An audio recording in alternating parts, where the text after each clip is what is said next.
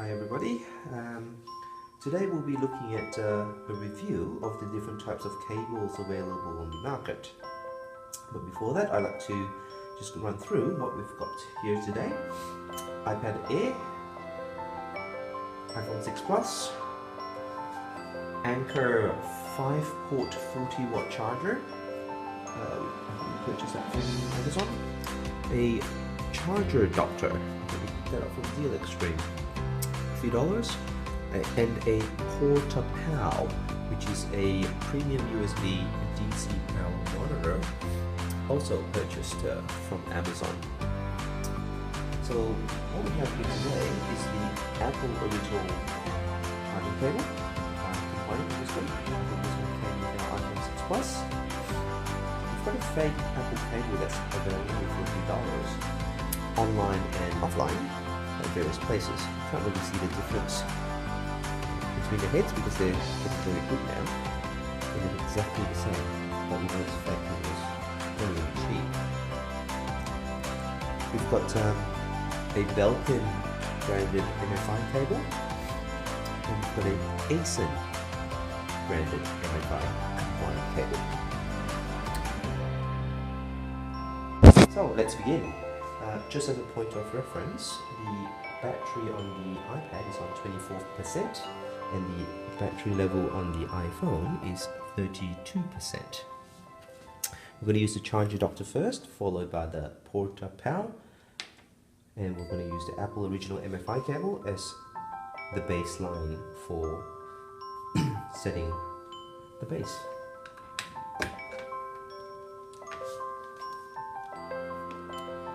So let's begin with the iPad Air. 2.29, 2.28. 2.29, 2.28. That's a pretty good reference value. 2.29. Okay, so let's work on that, 2.29. What I'm going to do now is I'm going to switch to the Porta-Pal. While I write down 2.29. With the Porta-Pal, let's turn on the lights. 2.30. 2.31. This is a lot more accurate on the charge adapter. So let's 2.31. Let's write that down.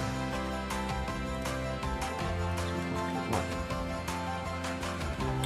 Moving on, let's put this back into the charge adapter and go on to the iPhone. iPhone is sitting on 32%. Initially it's on 1.78, 1.77, 1.76. Let's let the charge adapter continue going on. 1.75, 1.74. Okay, I think that's a pretty good rounded value. 1.74. If we change that over to the Porta-Pal, which should give us a slightly more accurate comparison, you can see it's 1.689, 1.687, 1.6, turn on the lights, 1.682, I think 1.68 is a good value.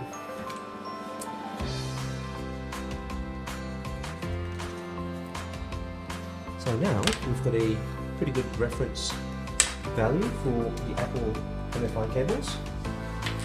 As seen here, in the next video we're going to do a comparison between the Apple Fake, the Belkin MFI and the ASIN MFI. So just now we've got a reference point for the Apple original MFI cable with these values written down. What we'll do now is we'll follow the same methodology for testing with the various cables, and we'll do this all in one go. Apple Fake cable now. Before we start with the charge adapter,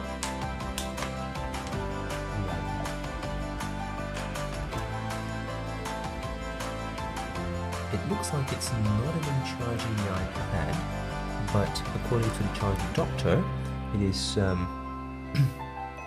still 0.47 amps. Seems a little bit low. Let me try and do this, because we know that with certain types of cables, you get different results if you plug and stop plugging it back in. Let's see what happens. 0.47. Let's try and flip it upside down and see whether that makes any difference. The voltage is 5.14 according to the charge adapter, and while waiting for this, there we go, it's 1.44 amps. So it does look like with these non-original cables, different ways of plugging in makes a difference on the charging speed. Let's let the thing go through again. 1.44 amps. So let's use that as a reference value for this device. Let's leave it in the iPad Air and use the port up now. I'm going to write this down. 1.44 amps. Using the charge adapter. Looking at the port power now. And we turn on the lights. 1.465. 1.466 looks like it's holding pretty stable at 1.465. If we round it up to 1.4, round it down 1.46. I think that's a good value that we can work on. 1.46, which is very close to the charge adapter. Let's try the same thing with iPhone 6. First of all, with the charge adapter.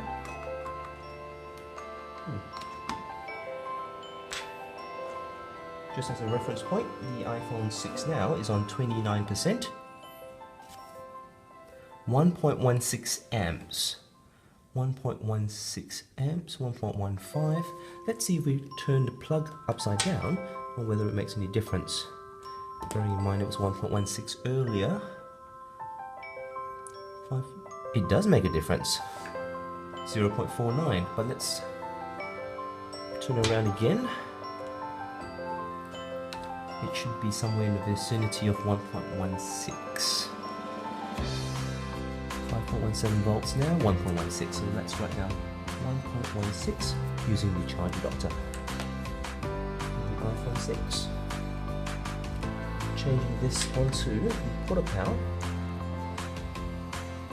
And turn the lights on. 1.156 to 1.1561. Holding pretty stable at 1.155.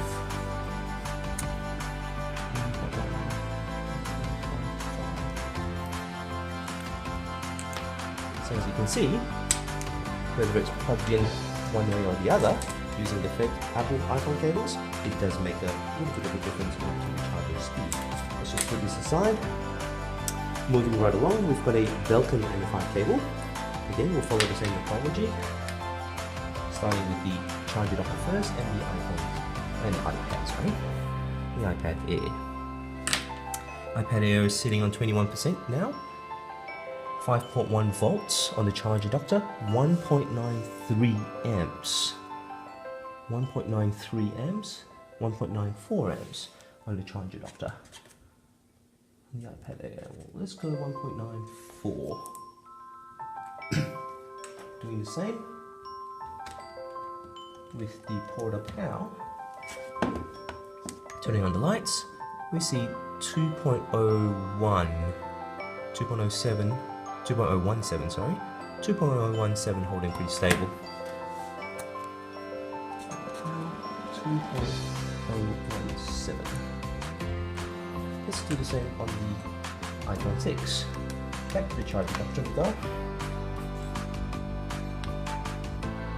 The iPhone 6 is on 29% charge now, 1.5 amps. 1.5 amps, holding pretty stable. And if we switch it over to the quarter power, turn the lights on again. 1.50.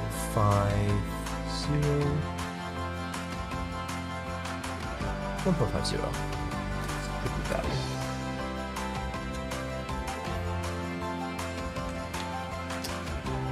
Moving right along. The Belkin cable side. Got an ASIN MFI cable. So let's start off with the charge adapter once again. Plugging it into the iPad Air. iPad Air is on 20%, and according to the charge adapter, it is sitting at 5.06 volts. Give it a moment while it changes on to 2.33 amps. Charge adapter, 2.33 amps. Let's give it a little bit more time to stabilize the current. Sitting on 5.06 volts, 2.33 amps is pretty stable. Changing it over to the Porta Power, 2.347. Let's turn on the lights. 2.349, 2.349, 2.35, 2.351. So if we take a rounded value of 2.35, let's see.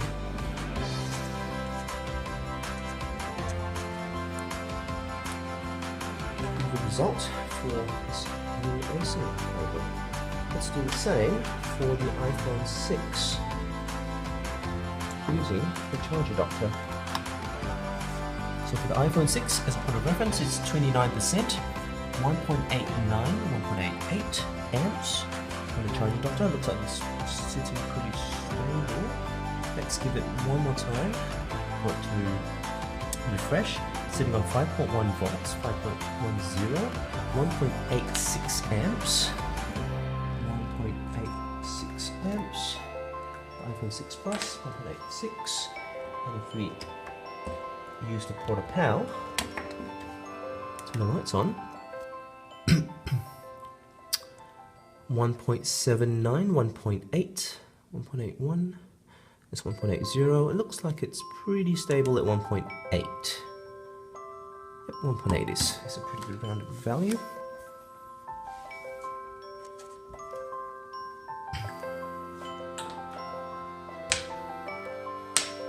So this is the results that we have for today. Using the Apple original MFI cable as a baseline, we have the values for the charge adapter, the Porta Power, 2.29, 2.31. Looking at the iPad Air column, the Apple Fake is around about a half of the charging speed, charging current, compared to an original Apple MFI compliant cable. A Belkin MFI is faster and it's very close to Apple's specification of 2 amps for charging an iPad, but an ASIN is so significantly higher, well, slightly higher than the Apple original MFI cable at 2.29, 2.30, 2.35, 2.31. Let's look at the Apple iPhone 6 Plus. Again, with the reference of the Apple original MFI cable, 1.74, 1.68. The fake cable is significantly lower in the charging speed, 1.16 and 1.155 with the Porta Power. Using the Belkin MFI, they're both 1.5 amps, which is below what the Apple MFI cable is rated at. But looking at the ASIN MFI cable, 1.86, 1.74, and 1.68 using a more accurate Porta Power, and 1.8 using the Porta Power. So there you have it. Various different types of cables available on the market today. Thank you very much. This will be a quick demonstration of the HDMI to AV adapter cable we've got for the iPhone 5. As far as we're aware, this is the first adapter cable that allows us to take the output from an iPhone 5 and run it out to any device that accepts a standard analog input. And as you can see on this end of the cable, we've got a male HDMI plug. And the important part of this cable is in that plastic housing is a digital to AV converter. So we're going to take digital audio and video out of that plug from the iPhone, convert it to analog, and output it from these cables. On the other end, we've got obviously red, white, and yellow RCAs and a standard USB to power the cable if you're not using your standard lightning connector or a lightning to USB cable to power your phone. And the way we're going to hook it up is like this. I'll show you how this works. We're going to source the standard Lightning to HDMI cable from Apple. You can get it online for about 50 bucks, or go to your Apple store. This part is required. You cannot use that cable without this adapter. And the way this is going to work is we'll go ahead and plug in our standard Lightning charging cable into the bottom of it. We'll plug in our HDMI to AV male HDMI cable into the bottom of it, and then once all that's together, we'll go ahead and plug that into the bottom of our phone. And now our phone's charging, our cable's powered up, and we can get down to business. The way this is going to work, we go over to our AV input, and as you can see, we've got full mirror link output. Anything we can display on our phone comes up on the screen of our radio or overhead display or whatever you're trying to output the phone to. And the nice thing about that is it does do full screen as well. Right now we're on our home screen. We don't have any landscape capabilities there, but if we run an app that does, for instance, let's say we just go to our standard app mode that's built into the phone, we can go full screen or portrait mode just by flipping the phone over. So now you've got full live video on the screen of the radio. That's just a direct mirror of what's on the phone itself. So anything you can do on the phone, you can do on the radio. Now that is just one app. I mean, there's a million different apps that you can do, but for instance, here's Motion X GPS Drive. If you have Motion X, it doesn't really even matter what orientation Motion X is on. It'll go ahead and do your full screen output no matter what orientation you have. And we've got some pretty lousy Wi-Fi here right this second, so we're not populating the whole screen, but it does do full screen output and will allow you to scroll to any part of the map you want. Pretty slick. You can again do any, if you wanted to play games, you can do games that allow you to, if they allow landscape, you can do a landscape view. In this case, Splashy Fish does not, but whatever games you have that do, in this case, you can definitely do full screen games, and it comes out just beautifully on this screen. Very, very cool. Now, of course, one of the coolest things is video. So if you want to do, let's say you've got video either on the phone or on YouTube or what have you, you can go to your video on the phone and play back just as you would be playing back on on any TV set. And you can see we're using true TV output.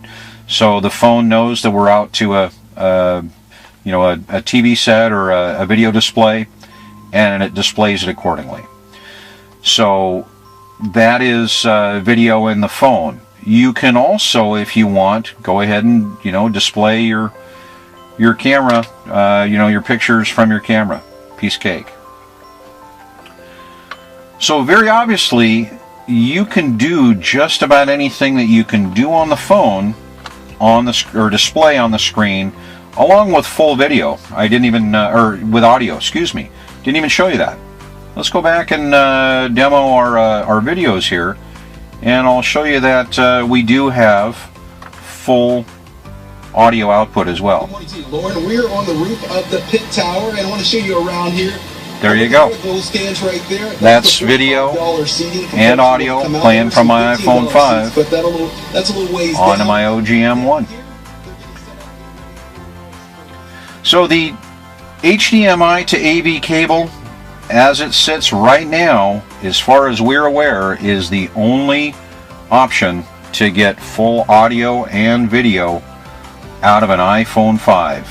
and you can see it's about as simple as it gets to hook it up.